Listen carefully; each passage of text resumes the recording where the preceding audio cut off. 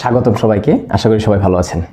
বেশিরভাগ মানুষই তাদের জীবনে কিছু টাকা জমাতে চায়, যাতে তারা একটা পর্যায়ে গিয়ে ফাইন্যান্সিয়ালি ফ্রি হতে পারে, তার টাকা তার জন্য কাজ করতে পারে এবং সে মোটামুটি বসে বসে তার জীবনটা পার করে দিতে পারে। কিন্তু বেশিরভাগ মানুষই এটা চায়, কিন্তু এটা করতে পারে না। মোটামুটি 5টি জিনিস না জানার কারণে মানুষ তার জীবনে টাকা জমাতে পারে না। আজকের ভিডিওতে সেই 5টি জিনিসই জানবো। চলুন শুরু করি। 1 নাম্বার হচ্ছে আয় বাড়লেও আয় বাড়ার সাথে সাথে খরচ বেড়ে যায়, যেটাকে বলা হয় লাইফস্টাইল ইনফ্লেশন।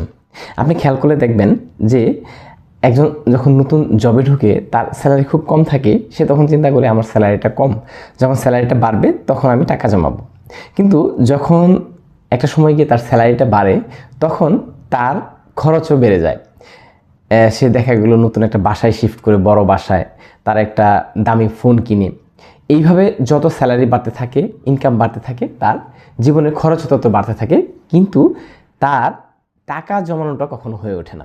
তো আপনি যদি জীবনে টাকা জমাতে চান, আপনাকে অবশ্যই লাইফস্টাইল ইনফ্লেশন থেকে দূরে থাকতে হবে। আপনি লাইফ আপগ্রেড করবেন অবশ্যই, কিন্তু প্রথমে আপনার যেন সেভিংসটা থাকে, সেভিংসটা আগে শিওর করবেন, তারপর আপনি আপনার লাইফস্টাইল ইনফ্লেশন করবেন বা লাইফস্টাইল আপগ্রেড করবেন।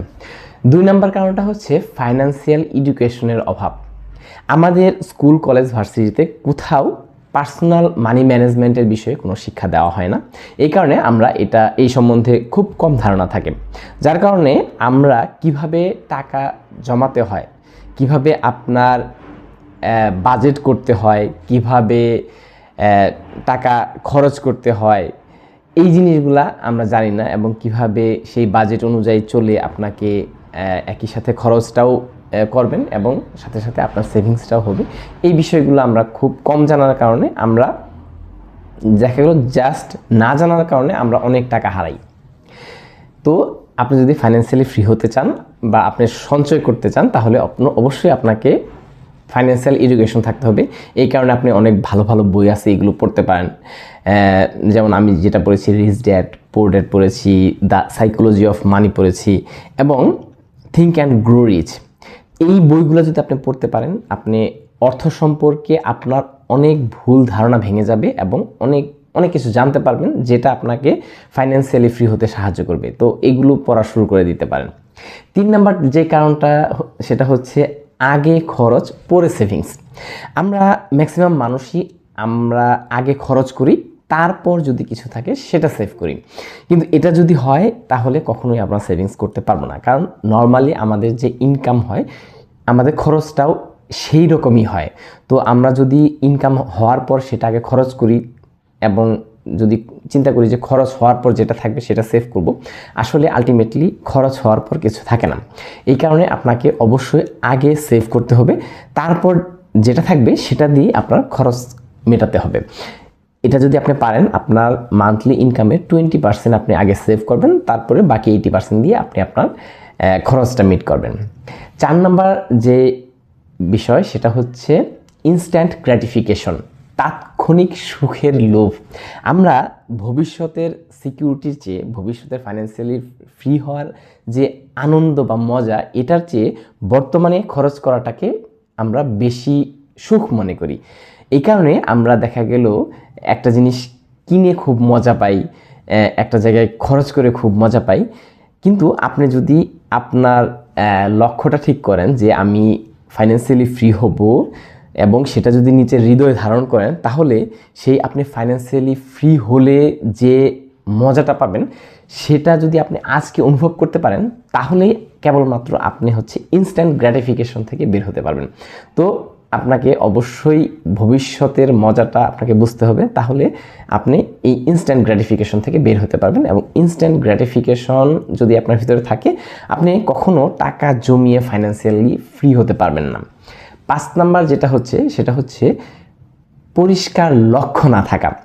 আমাদের ম্যাক্সিমাম মানুষই চাই যে আমরা ভবিষ্যৎটা সিকিউর করব, আমরা এমন একটা জায়গায় যাব যেখানে আমাকে আর কাজ করতে হবে না। এটা আমরা মোটামুটি সবাই চাই, কিন্তু একদম পরিষ্কার লক্ষ্য থাকে না যে আমার 5 বছর পরে বা 10 বছর পরে আমার কত টাকা হবে, সেই টাকা দিয়ে আমি কোথায় ইনভেস্ট করব এবং সেটা থেকে কিভাবে আমি আমার লাইফটা লিড করব, এটার একটা পরিষ্কার ধারণা থাকে না। থিঙ্ক অ্যান্ড গ্রো রিচ বইতে এই বিষয়টা খুব ভালোভাবে অথর লিখেছেন যে আপনার যদি পরিষ্কার লক্ষ্য না থাকে আপনি সাকসেস পাবেন না। এই কারণে আপনার কী করতে হবে, আপনার যে লক্ষ্য সেটা একটা কাগজে আপনি লিখে রাখুন, একদম কি চান সেটা কাগজে লিখে রাখুন এবং প্রতিদিন সেই লেখাটা আপনি জুড়ে জুড়ে পাঠ করেন, নিজেকে শোনান। এটা যদি আপনি প্রতিদিন করতে পারেন তাহলে আপনি আপনি নিজেকে মনে করবেন যে আমি ওই 10 বছর পরে যে সেটা আপনি নিজেকে ফিল করতে পারবেন। যেমন ধরুন আপনি 10 বছর পরে চাচ্ছেন যে আপনার 1 কোটি টাকা থাকবে, এটা যদি আপনি একটা জায়গায় লিখে রাখেন যে আমি 10 বছর পরে 1 কোটি টাকার মালিক হব, তাহলে এবং প্রতিদিন যদি আপনি এটা পড়েন যে আমি 1 কোটি টাকার মালিক হব, প্রতিদিন পড়ছেন, তাহলে আপনি 1 কোটি টাকা হওয়ার পর আপনার যে ফিলিংসটা হবে সেটা আপনি এখনই সেটা অনুভব করতে পারবেন।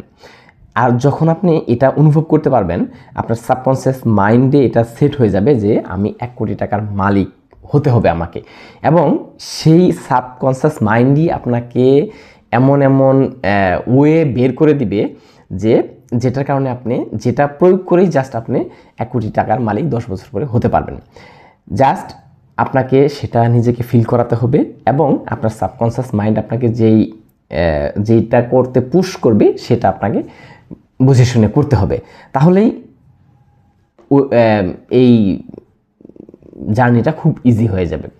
তো মোটামুটি এই কয়েকটা জিনিস যদি আপনি জানেন তাহলে টাকা জমানো খুব ইজি এবং ফাইন্যান্সিয়ালি ফ্রি হওয়া খুব ইজি। 1 নম্বর হচ্ছে যে লাইফস্টাইল ইনফ্লেশন, 2 নম্বর ফাইন্যান্সিয়াল এডুকেশন, 3 নম্বর হচ্ছে আগে খরচ তারপর সেভিংস, 4 নম্বর হচ্ছে ইনস্ট্যান্ট গ্র্যাটিফিকেশন, 5 নম্বর হচ্ছে পরিষ্কার লক্ষ্য থাকতে হবে। তো টাকা জমানো কিন্তু সমস্যা না, কিন্তু সমস্যা হচ্ছে টাকা না জমাতে পারা কোনো সমস্যা না, কিন্তু আপনি দেখা গেল জমাতে পারছেন না, কিন্তু যেই কারণে জমাতে পারছেন না সেই ভুলগুলাই আপনি বারবার করছেন, এটা একটা বড় সমস্যা।